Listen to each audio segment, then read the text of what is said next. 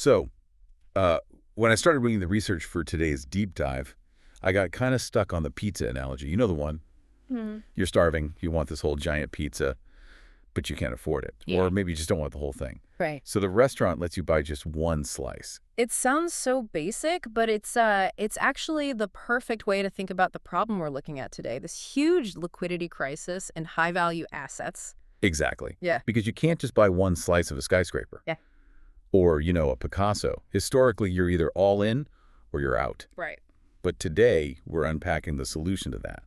Asset tokenization.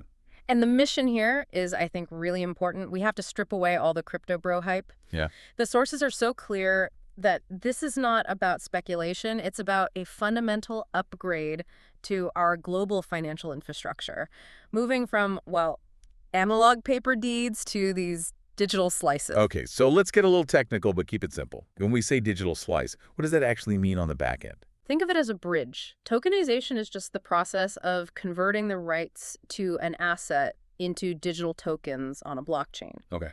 So if you have a building worth, say, 100 crore, the physical bricks and mortar, they don't change. Nothing changes. But the ledger, the list of who actually owns it, that does. Precisely. Instead of one paper deed that some institution holds, the ownership is fractured into, I don't know, a lakh tokens. And each token is like a digital certificate. A transparent, tamper-proof digital certificate that says you own a specific share of that building. This is where the why gets really interesting.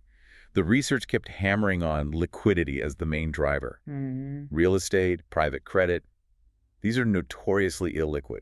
Your money goes in and it gets stuck for years. It's the stuck asset problem. It takes months, sometimes years to sell a building.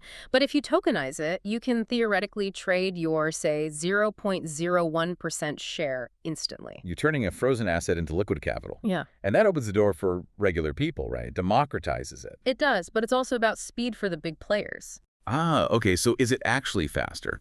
Because that Goldman Sachs case study you flagged, that seemed to be about a total operational overhaul. That is the key insight. Goldman issued a 100 million tokenized bond. Right. Their tokenized bond settled at T+0. Same day? Same day. It's massive for capital efficiency. You're not locking up collateral for a week. It proves this isn't just some retail gimmick. Speaking of retail, though, we have to talk about the art world. That Sygnum Bank example, they tokenized a Picasso. The Fillet Auburet, a fascinating test case. But what did they do? They split the ownership into 4,000 tokens for 50 different investors. It turned a multi-million-dollar asset that just sits in a vault into an active part of a portfolio. And we're seeing it in real estate, too. Pripco in Dubai, BlackRock's BUIDL fund, even HSBC with a gold token. The HSBC one is really interesting because it's fractional gold ownership for retail settled on a blockchain. You have these huge conservative banks validating the tech. I want to pivot a bit to the bigger picture, to India specifically.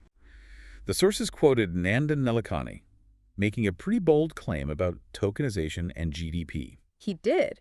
He suggested that tokenizing land assets could be a key factor in pushing India towards 8% GDP growth. That seems incredibly high, just for changing the record keeping. Well, think about how much capital is trapped in disputed or illiquid land in India. Nilekani's point is that if you make land transparent and easily tradable, you unlock a massive amount of dormant capital. So is the regulatory framework there for that yet? Not quite. Gift City, the NSC, IFSC, they're in a, let's call it a regulatory exploration phase. They're building the sandbox, but live tokenized securities aren't quite there yet. So what's holding it all back?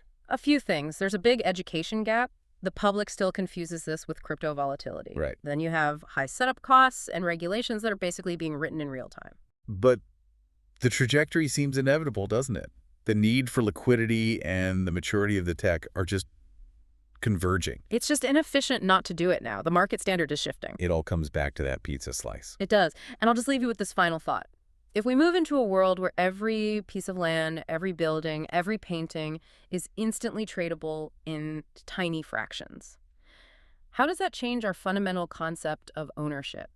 Does ownership mean holding something for years? Or does it just mean holding a right to a value stream for 5 minutes before you trade it away? That is a heavy thought to end on. Thanks for joining us for this deep dive. Mutual fund investments are subject to market risks. Read all scheme-related documents carefully.